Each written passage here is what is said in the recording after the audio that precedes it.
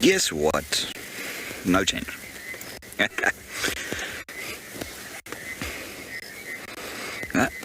We'll sit here until she moves.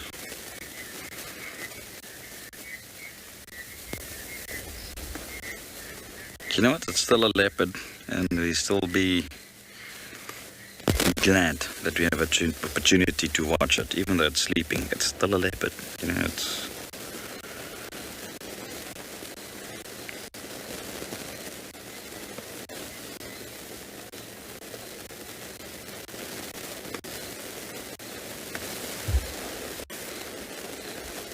She's just not keen to move here. And I do think as it gets closer to sunset, well, we're not going to have much of a sunset today again, due to the cloud cover. I do think she's going to move again, and I do not know if those two piglets have been consumed entirely, because I've not seen them where they are. I think it's quite likely that she did. I mean, looking at the size of them, so it all depends on whether there's still some little bit of meat or any edible parts of it still there.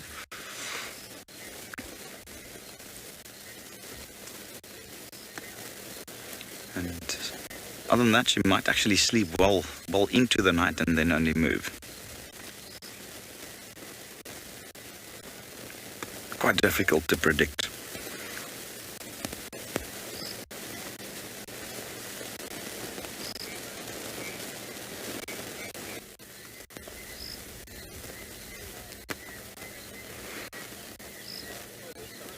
I've got this very big ginger cat back home, and he likes to, especially after a long day when I get home, just likes to lick my hands.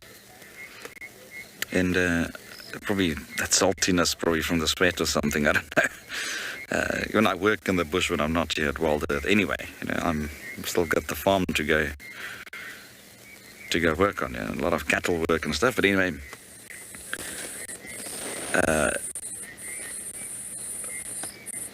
I recall the one day I was cutting aloes around my mum's house on the farm, my parents' house.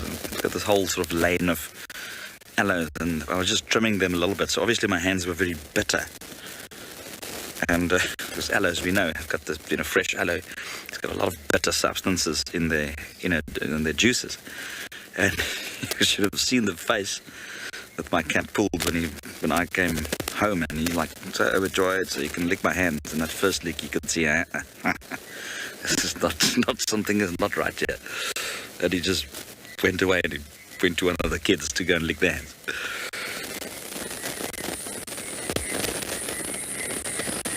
Just a little story that I remembered while we were on the topic of leopard and cat tongues.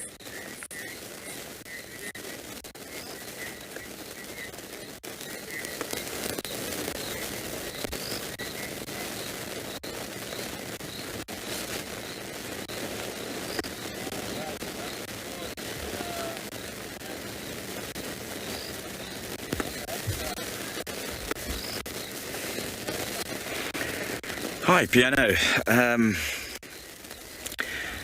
I don't actually know, to be totally honest with you. The textbooks that I studied from does not necessarily reflect that. Might be worthwhile to scratch around on the internet a little bit on that. I'll do that tonight. And, well, this one is already 15, and I'm convinced that she will get another litter. I'm trying to now recall which is the oldest leopard I've seen. It was also around about 14, 15. But, you know, I've got a good network of guides and ex-guides and retired guides who's been working in the industry even longer than I have. That might be able to give me a bit more insight into that. I will reach out to them on media, platforms, and see if I can't get lions. I hear lions. No, it's a car. Oh, it's one of those electric vehicles. Just a slight hum, sounds like a lion.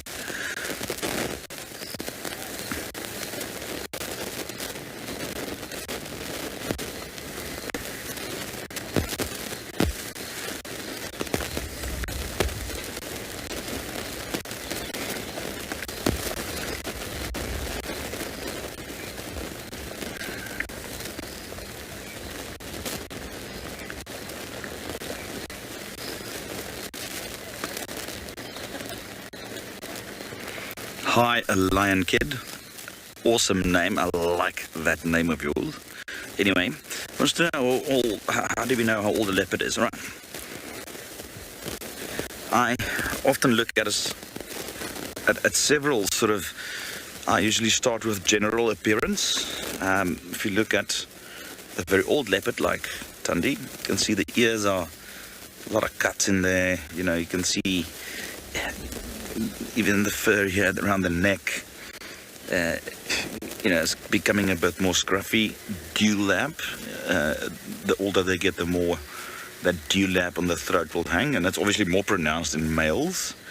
And then, if she can look at us, you will see the nose. No, the same with lions. Initially, their noses are sort of more pale pinkish, and they turn black or darker as they grow older.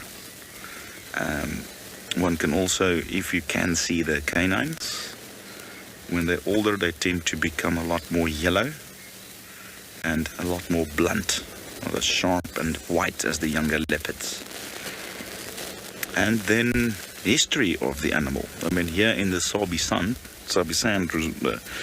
from north to south, there's a whole bunch of safari lodges and guides operating daily, so we keep good record of the history of the animal. So that's another thing that we can use as well in our area. I think she might just move.